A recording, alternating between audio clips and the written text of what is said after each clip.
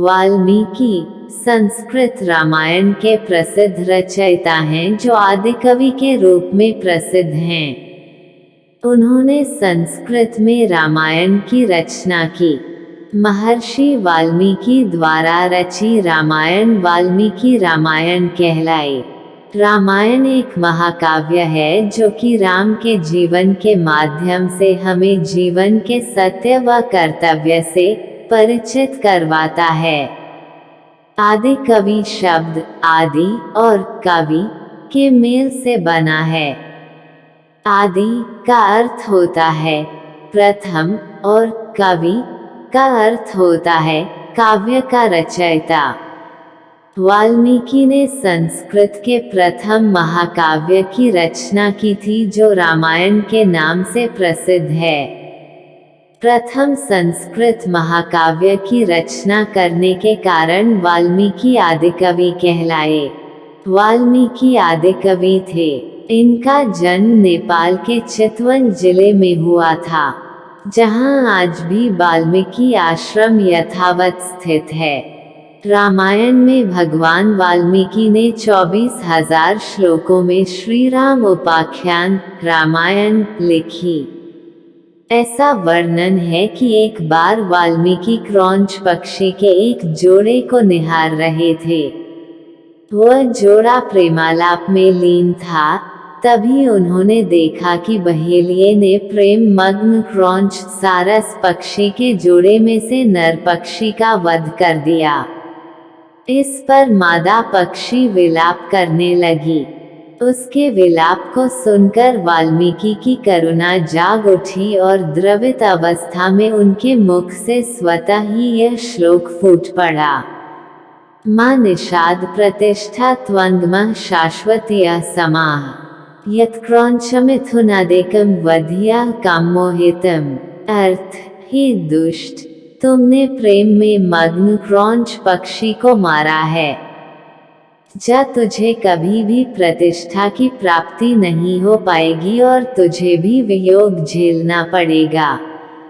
उसके बाद उन्होंने प्रसिद्ध महाकाव्य रामायण, जिसे वाल्मीकि रामायण के नाम से भी जाना जाता है, की रचना की और आदिकवि वाल्मीकि के नाम से अमर हो गए। अपने महाकाव्य रामायण में उन्होंने अनेक घटनाओं के समय सूर्य, चंद्र तथा अन्य नक्षत्र की स्थितियों का वर्णन किया है। इससे ज्ञात होता है कि वे ज्योतिष विद्या एवं खगोल विद्या के भी प्रकांड ज्ञानी थे। महर्षि वाल्मीकि जी ने पवित्र ग्रंथ रामायण की रचना की, परंतु वे आदिराम से अनभिज्ञ रहे। राम राम सब जगत बखाने, आदि राम कोई बिरला जाने। अपने वनवास काल के दौरान भगवान श्री राम वाल्मीकि के आश्रम में भी गए थे।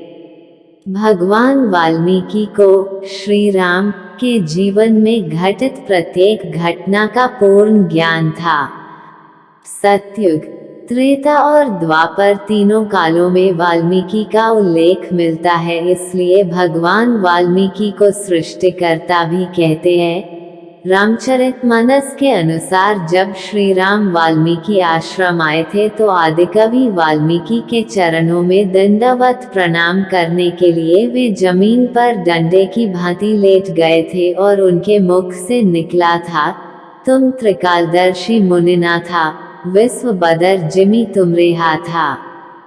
अर्थात आप तीनों लोकों को जानने वाले स्वयं प्रभु हैं। ये संसार आपके हाथ में एक बैर के समान प्रतीत होता है। महाभारत काल में भी वाल्मीकि का वर्णन मिलता है। जब पांडव कौरवों से युद्ध जीत जाते हैं तो द्रौपदी यज्ञ रखती है, जिसके सफल होने के लिए शंख का बजना जरूरी था, परंतु कृष्ण सहित सभी द्वारा प्रयास करने पर भी यज्ञ सफल नहीं होता, तो कृष्ण के कहने पर सभी वाल्मीकि से प्रार्थना करते हैं। जब वाल्मीकि वहां प्रकट होते हैं तो शंख खुद बज उठता है और द्रौपदी का यज्ञ संपूर्ण हो जाता है। इस घट